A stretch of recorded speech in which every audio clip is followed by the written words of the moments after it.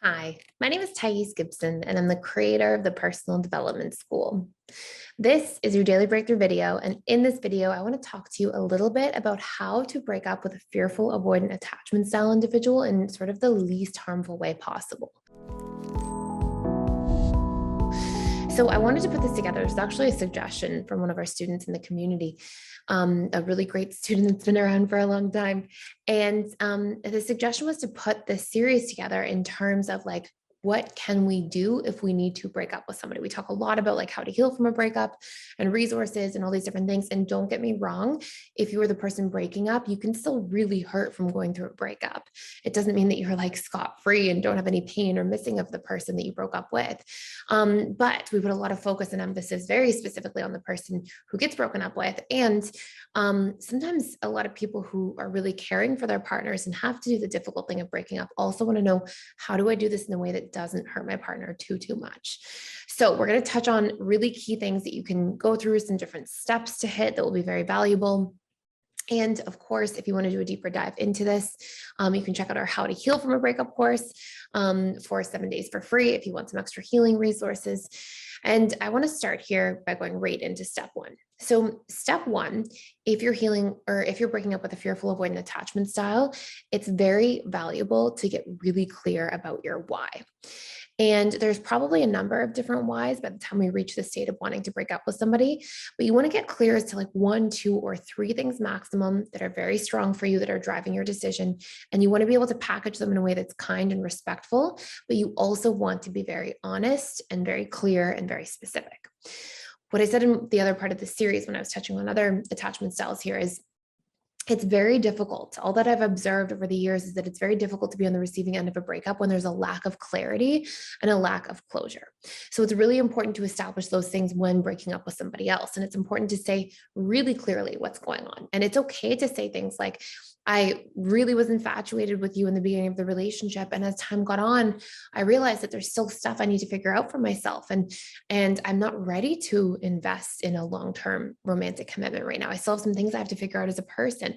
Or if you want to say, look, there's all these amazing things about you, but for me, there's a compatibility issue around X, Y, and Z, and I'm unwilling to keep trying to reconsider that. So you want to be really, really clear about the specifics, and you want to be honest. It's really important for fearful avoidance too, because they can sniff out so easily when there's dishonesty. And so it's very valuable to be able to figure out what's going on here and to recognize, look, this is the honest truth. This is what's going on here. And for the fearful avoidant to pick up on the authenticity of that will be really helpful for them as well in terms of closure and clarity. So getting really clear, getting really specific, being very honest. Step kind of 1, 2, and 3, I guess. Our next step is, if you want to package it really nicely, you can, knowing what you know about the fearful avoidant attachment style, kind of help to equilibrate their core wounds. And what you can do while doing this is you can say something to the fearful avoidant. Like, if you know their core wounds are feeling betrayed, if you know their core wounds are feeling unworthy or like a bad person, you can let them know, look, you were a great person in the relationship in all these different ways. You're so worthy and deserving of love. And I want you to know that, like, I was very loyal to you throughout the course of the relationship, and I care for you a lot. However, we are just not finding our footing in this area. And I feel like I've invested everything that I can. And for me, I'm unwilling to continue to try. So that was just an example, right? But you can go against those core wounds. You can kind of poke holes in them. Look, I was loyal. You are worthy. You are a great person.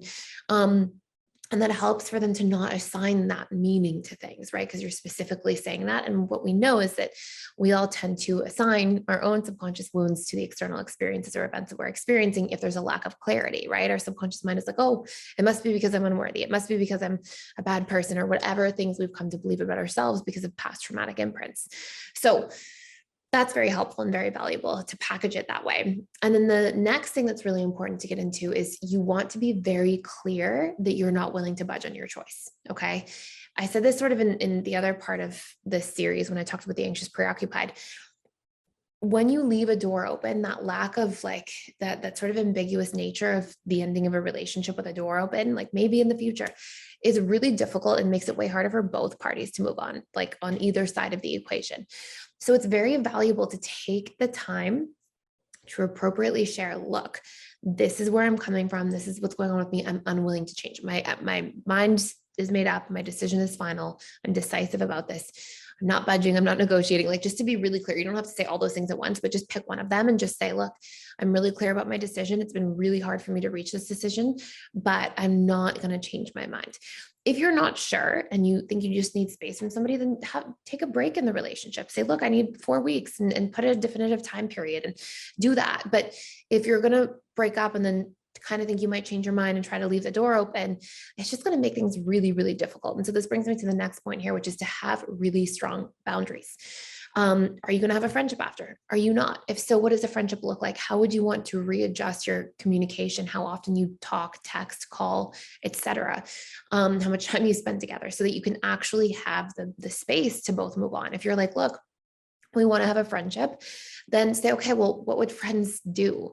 Maybe we see each other in groups every, other weekend, or once a month, or once every 3 months, or maybe we just don't see each other, but we just talk on the phone and stay in touch, once a month, and have a little bit of a catch up, or things like that. How can we reestablish our boundaries so we're friends?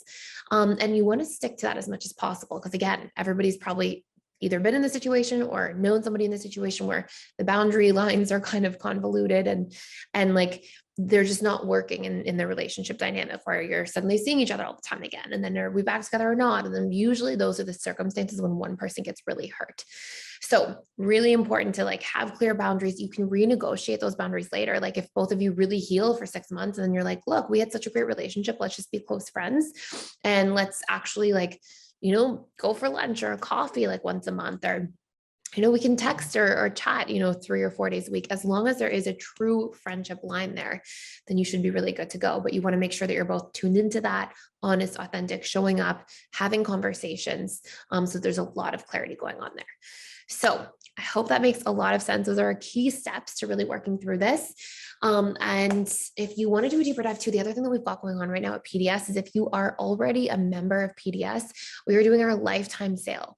So if you are in there and you're like, oh my gosh, there's all these courses I want to take, you can upgrade your membership to a lifetime membership. You get access to all of the courses, all of the webinars, social events, resources, workbooks, materials, everything on an ongoing basis for life. And if you're already a member, you can also email info@personaldevelopmentschool.com, and they will give you an extra discount on top of the already huge discount that's taking place. So stay tuned for that as well.